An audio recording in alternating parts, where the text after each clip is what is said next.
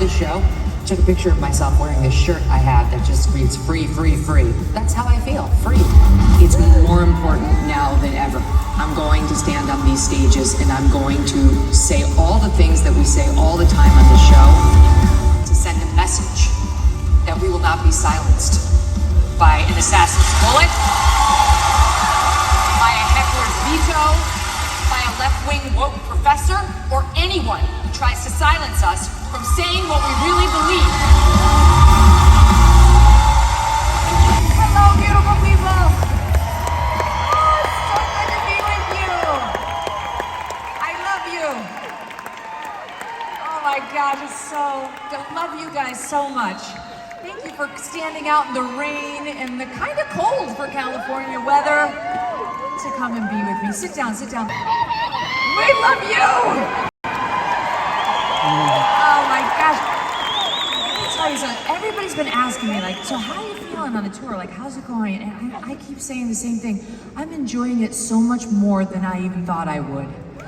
Seeing you guys, connecting with you here like this, it does feel like church to me, only better.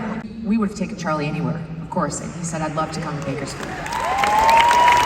He felt a connection with you guys. He specifically asked for this stop. He said, of course, we'd love to have you.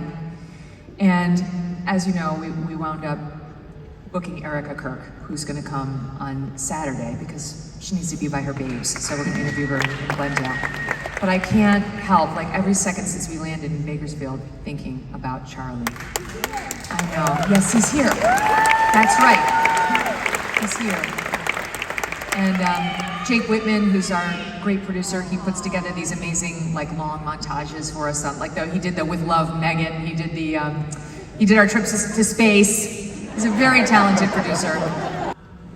Thank you to you and all of your guests that are regularly on your show for showing us what it's like the difference between a mediocre American citizen and an exceptional American citizen.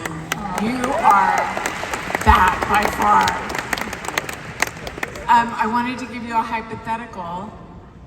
J.D. Vance might be our nominee in 2028. And I'm guessing that others are thinking what I'm thinking, but what if he calls you and he says, Megyn Kelly, I want you to be my running mate. Heather, you're funny. So I got enough problems in my life.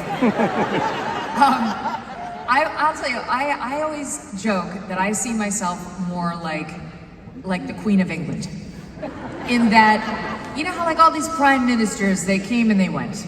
And the Queen was always still there. She had total job security. That's kind of how I see my role. They come and they go. You know, Barack Obama, he used to be kind of a big deal. Now I think I have more people coming on my tour than he could ever get on his. So I like where I am. Hi. Welcome you back. It's amazing what you can get at Walmart these days. One serious, one light. How do we stop puberty blockers in kids who are only 7 years old? And I think eventually it's going to have to be handled by the U.S. Supreme Court. It cannot be a state-by-state thing. It's literal child abuse. They're literally sterilizing minors without any possible informed consent. It's barbaric, it's the new lobotomy, and we will look back at this day with shame. California needs to get on its act because you cannot have these far-left lunatics. You need Steve Hilton. That's what you need. And he will help save this state and the children in it. But in the meantime, this is not an issue that we can be silent on. Our children are literally being sterilized. If you cannot speak up for that, you are failing in your responsibility as an American citizen, is our first question. Happy birthday to you. Happy birthday to you. Happy birthday, dear Erica. Happy birthday to you.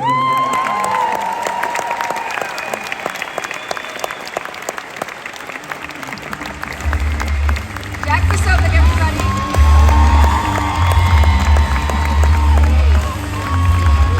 There's not a single guest who is smarter than VDH.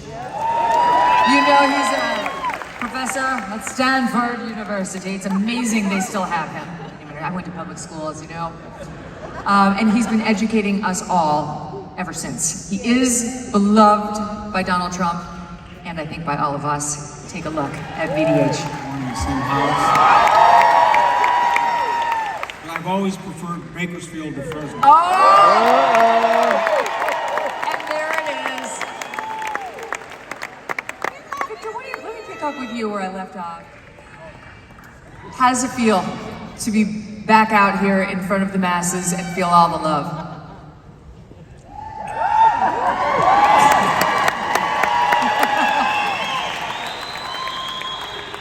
It's got to be better than crack cocaine. It's a different kind of better than crack cocaine. No, it feels fucking awesome. And wow, thank you.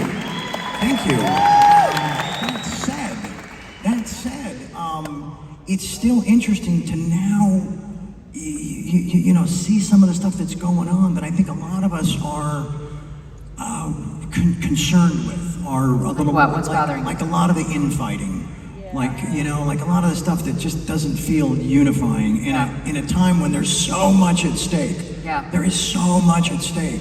I know, I feel it too, and I get drawn into it, and then I try to step back from it, and I get mad. I have fights with people on Twitter. Half the time I'm just like, I'm fighting because I feel like they think I won't fight, so I fight because I want to remind them that they can't push me around. Right, yes. Then the other half I say nothing because I always, what I've learned at age 55 is finally, I will decide when I'm in a fight. I will decide when I'm in a fight. How about that? The left-wing media, the dishonest smear merchants will not decide when I am in a fight or a controversy. I will decide.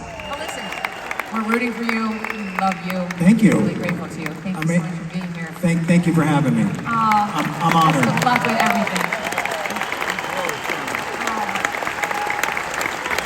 Charlie Thank you Sheen, very much. everybody. Thank you very much. Thank you. Don't you love him? And I love you so much. We'll talk